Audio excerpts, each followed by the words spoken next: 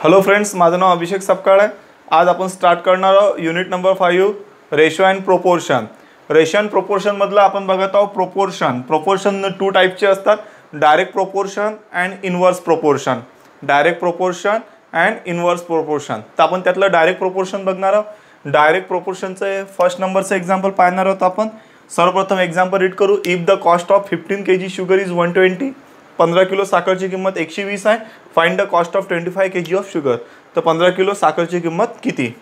ठीक आहे, आपण इथे लिहायचं the cost price of 15 kg sugar is 120 and the cost price of 25 kg sugar is नाही लिहिता आपण असे लिहू शकतो BX। ठीक आहे, आता बघा 15 किलो साखरची किंमत जर 120 आहे तर 25 किलो साखरची किंमत किती? ठीक आहे, बघा येथे आपल्याला क्रॉस मल्टिप्लाय करावं लागेल। येथे आपल्याला काय करावं लागेल? Cross multiply. 15 आणि x चा मल्टिप्लाय आणि 25 आणि 120 चा multiply, cross multiply.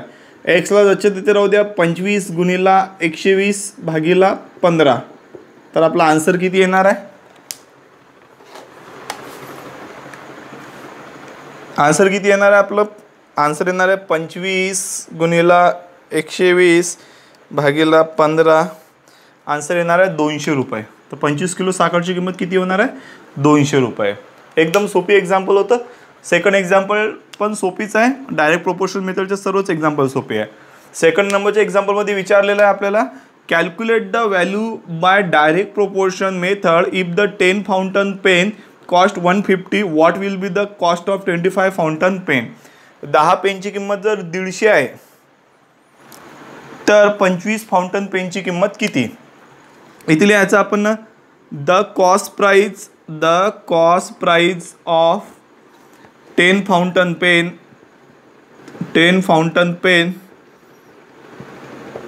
is 150 and the cost price of 25 fountain pen BX।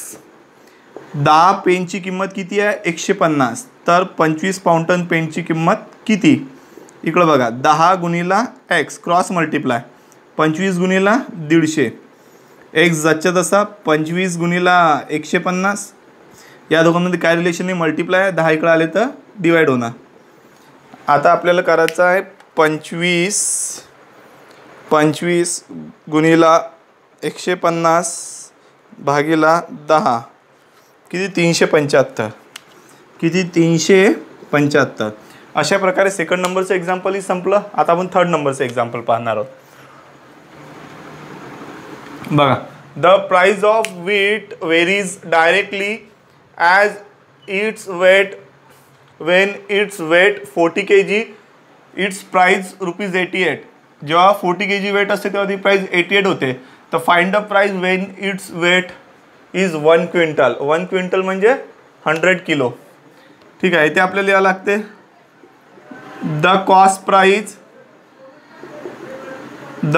Price of 40 kg wheat is ₹88 and the cost price of 100 kg wheat BX। 40 kg ची प्राइस किती आहे? 88। तर 100 kg ची प्राइस किती असणार? क्रॉस मल्टिप्लाय 40 गुणिला x 100 गुणिला 88, x is equal to 100 गुणिला 88 भागीला 40। x इज इक्वल टू 100 गुणिला 88 भागीला 40, 220। किती होणार आहे आपला आन्सर? 220। ठीक आहे, 4 नंबरचं एक्झाम्पल पण इझी आहे। आपण पाहणार आहोत if a man work 4 hours he earn 32। 4 तासात तो 32 रुपये कमवते तर 7 तासात किती कमवणार?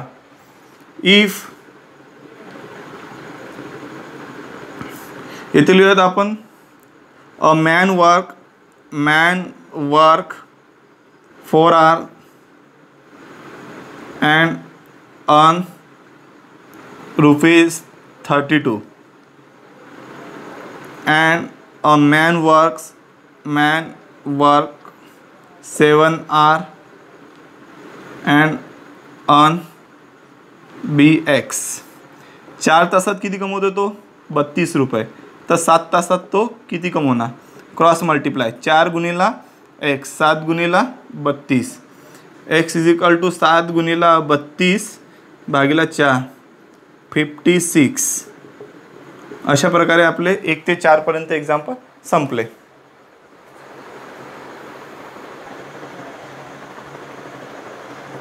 हेलो फ्रेंड्स, अभी हम देखने वाले हैं, आता आपण पाहणार आहोत इन्व्हर्स प्रोपोर्शनचे एग्जाम्पल. इन्व्हर्स प्रोपोर्शनचे एग्जाम्पल सर्वप्रथम आपण 5 नंबरचं एग्जाम्पल पाहणार आहोत. 6 नंतर 7 हे तिन्ही एग्जाम्पल इन्व्हर्स प्रोपोर्शनचे एग्जाम्पल आहेत. आता दिलेलं एग्जाम्पल हे इन्व्हर्स प्रोपोर्शनचं आहे किंवा नाही हे कसं ओळखायचं? जर नंबर ऑफ डेजचं जर एग्जाम्पल असेल तर ते इन्व्हर्स प्रोपोर्शनचं एग्जाम्पल असते. जर एक्झाम्पलमध्ये नंबर ऑफ डेज दिलेले असेल, जर एक्झाम्पलमध्ये नंबर ऑफ डेज दिलेले असेल तर ते इन्व्हर्स प्रोपोर्शनचं एक्झाम्पल असते. सॉल्व करायचं आहे. If 10 men do work in 15 days, जर 10 माणसं 15 दिवसात एक काम पूर्ण करतात, देन हाऊ मेनी मेन शाल do the same work in 25 days, तर 25 दिवसात काम कंप्लीट करण्यासाठी किती माणसं लागतील? बरोबर, इन्व्हर्स प्रोपोर्शनचं एक्झाम्पल आहे कारण की नंबर ऑफ डेज दिलेला आहे. If a 20 worker can carry out a project in 45 days, 20 worker 45 दिवसात प्रोजेक्ट कंप्लीट करतात, तर how many worker will needed to complete in 30 days, 30 दिवसात कंप्लीट करायला किती वर्कर लागतील? A student finish a book by reading 30 pages per day, students आहे 30 page रोज वाचतो तर ते बुक कंप्लीट करतो तो 16 दिवसात in 16 days. If he want to finish the books in 12 days, जर त्याची इच्छा असेल की त्याला 12 दिवसात पुस्तक संपवायचं तर how many pages should he read every day, तर त्याला किती पेज रीड करावं लागेल? नंबर ऑफ डेजचे एक्झाम्पल हे इन्व्हर्स प्रोपोर्शनचे एक्झाम्पल असतात. नंबर ऑफ डेजचे एक्झाम्पल हे इन्व्हर्स प्रोपोर्शनचे एक्झाम्पल असतात. आणि आपल्याला नंबर ऑफ डेज दिलेलं असेल, नंबर ऑफ डेज का असते? आपल्याला दिलेलं असते, नंबर ऑफ डेज दिलेलं असते आपल्याला. आणि आपल्याला काय काढावं लागते याच्यात? How many mens, number of mens काढायचा आहे किंवा number of workers, how many mens आपल्याला काढायचं आहे. येथे लिहूयात आपण मोर आणि येथे लिहूया आपण लेस. आता मोर आणि लेसचं काय लॉजिक आहे तेही तुम्हाला सांगतो मी. पहिले जी मोर अमाऊंट असेल, मोर डेज असतील ते वरती लिहायचे. आता 15 days 25 days, मोठी डेज कोणते? 25, आणि 25 डेजचा मेन आपल्याला शोधून काढायचा आहे. इन्व्हर्सचं मिनिंग काय होते की याचं जे व्हॅल्यू असेल ते याच्या क्रॉसमध्ये लिहायचं, याला इन्व्हर्स म्हणतात. याची जी व्हॅल्यू आहे ती काय लिहायची? याच्या क्रॉसमध्ये. 25 दिवसात आपलं 25 दिवसात काम कंप्लीट करण्यासाठी किती माणसं लागतील? तर त्याच्या क्रॉसमध्ये 10 माणसं 15 दिवसात करतात. 15 दिवसात किती माणसं करतात? 10. काय लिहायचं? क्रॉस लिहायचं. काय लिहायचं? क्रॉस लिहायचं. ठीक आहे, समजलं? पुन्हा एकदा बघा, 25 दिवस किती माणसं लागतील ते काढायचं आहे आपल्याला. 15 दिवसात 10 माणसं काम करतात, 15 दिवसात 10 माणसं काम करतात. ठीक आहे, क्रॉस मल्टिप्लाय करणार आहोत. 15 गुणिला,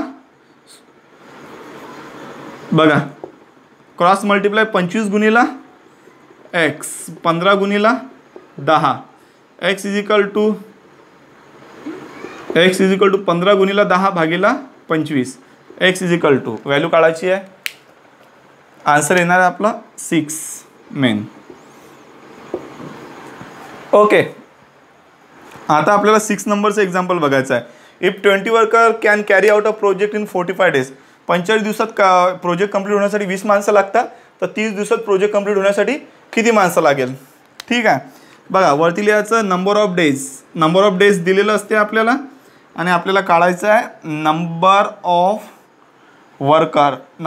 वर्कर्स काढायचं आहे आपल्याला. येथे लिहूयात आपण मोर, येथे लिहूयात आपण लेस. नंबर ऑफ डेजची मोठी अमाऊंट कोणती आहे? Number of days 45 days. 45 days एखादं वर्क कंप्लीट होण्यासाठी किती माणसं लागतात? 20. तेच वर्क 30 दिवसात कंप्लीट होण्यासाठी किती वर्कर लागतील? क्रॉसमध्ये लिहित आहे. इन्व्हर्स म्हटलं तर आपण काय लिहायचं? क्रॉसमध्ये लिहायचं. इकडं बघा 45 गुणिला 20 आणि 30 गुणिला एक्स, हे 900 होणार, हे 30 इकडं आणले भागीला होणार x. X is equal to 30. ठीक आहे. अशा प्रकारे आपलं 6 नंबरचं एक्झाम्पल संपलं. आता आपण 7 नंबरचं एक्झाम्पल पाहणार आहोत. अ student finish a book by reading 30 pages per day in 16 days. 16 दिवसात बुक कंप्लीट होते, 30 पेज रोज वाचले तर. If you want to finish the books in 12 days, त्याला जर 12 दिवसात पुस्तक संपवायचं असेल त्याला रोज किती पेज वाचावं लागेल. ठीक आहे. नंबर ऑफ डेज दिलेला आहे आपल्याला आणि नंबर ऑफ पेजेस आपल्याला काढायचं आहे. काय काढायचं आहे? Number of pages. इथे लिहत आपण मोर, इथे लिहत आपण लेस. मोर अमाऊंट घ्यायची पहिले. 16 दिवसात रोज किती पेज वाचावं लागतात? 30. त्याच्या क्रॉसमध्ये 30. आणि 12 दिवसात बुक संपवायचं असेल तर रोज किती पेज वाचावं लागेल? क्रॉसमध्ये लिहावं लागते आपल्याला. इनवर्स प्रोपोर्शन म्हटलं तर 16 गुणिला 30 आणि 12 गुणिला एक्स. या दोघांचा मल्टिप्लाय 12 इकडे भागीला आणले. एक्स जसच्या तसा x is equal to 40 page. रोज त्याला किती पेज वाचावं लागतील? 40 पेज वाचावं लागतील जर त्याला 12 दिवसात पुस्तक संपवायचं आहे. अशा प्रकारे इनवर्स प्रोपोर्शनचे एक्झाम्पल संपले. ठीक आहे. अजून आपण एक्झाम्पल पाहणार आहोत. हॅलो फ्रेंड्स, आता आपण बघणार आहोत एक्झाम्पल नंबर 8 आणि एक्झाम्पल नंबर 9. एक्झाम्पल नंबर 8 आणि example number 9. Find out fourth proportional. येथे लिहायचं calculation of fourth proportional. Calculation of fourth proportional.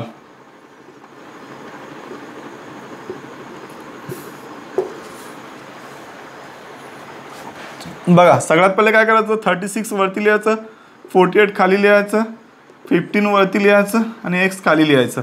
Cross multiply करायचं. पहिली संख्यावर, दुसरी संख्या खाली, तिसरी संख्यावर, चौथी संख्या आपल्याला काढायची आहे. 36 गुणिला एक्स 48 गुणिला 15.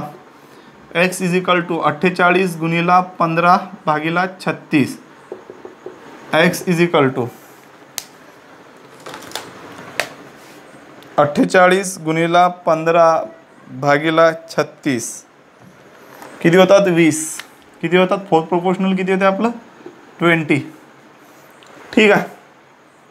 आता बघा, 42:x is as 90:135 are in the proportion. Find the value of x.